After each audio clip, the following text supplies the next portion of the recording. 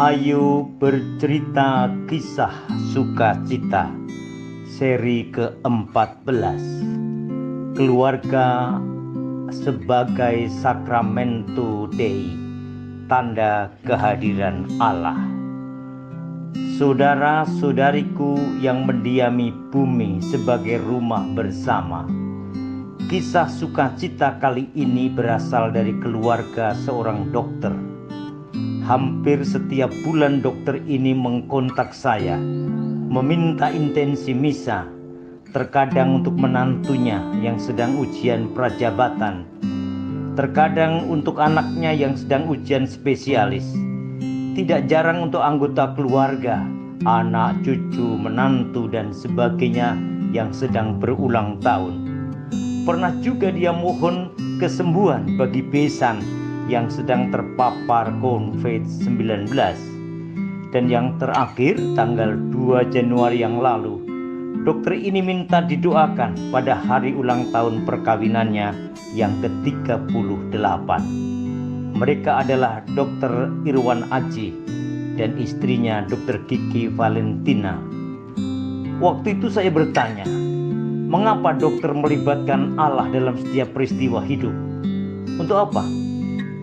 Betul Romo, jawabnya. Saya merasa tidak bisa apa-apa tanpa Tuhan.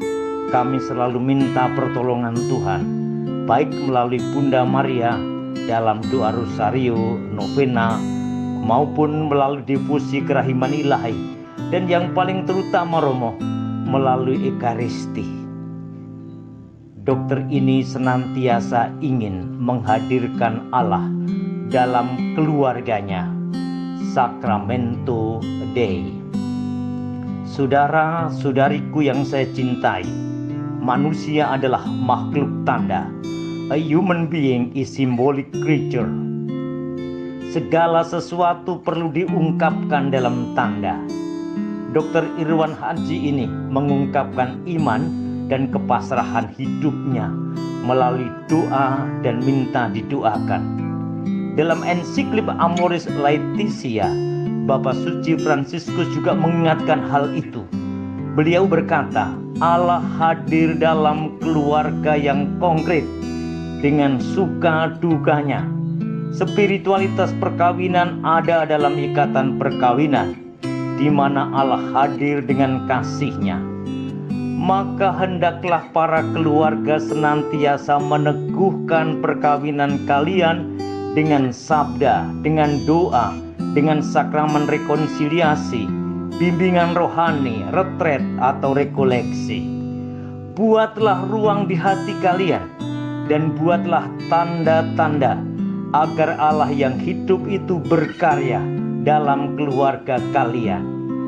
Berilah kesempatan bagi Allah untuk ikut merasakan sukacita keluargamu atau ikut memikul salib keluarga kalian.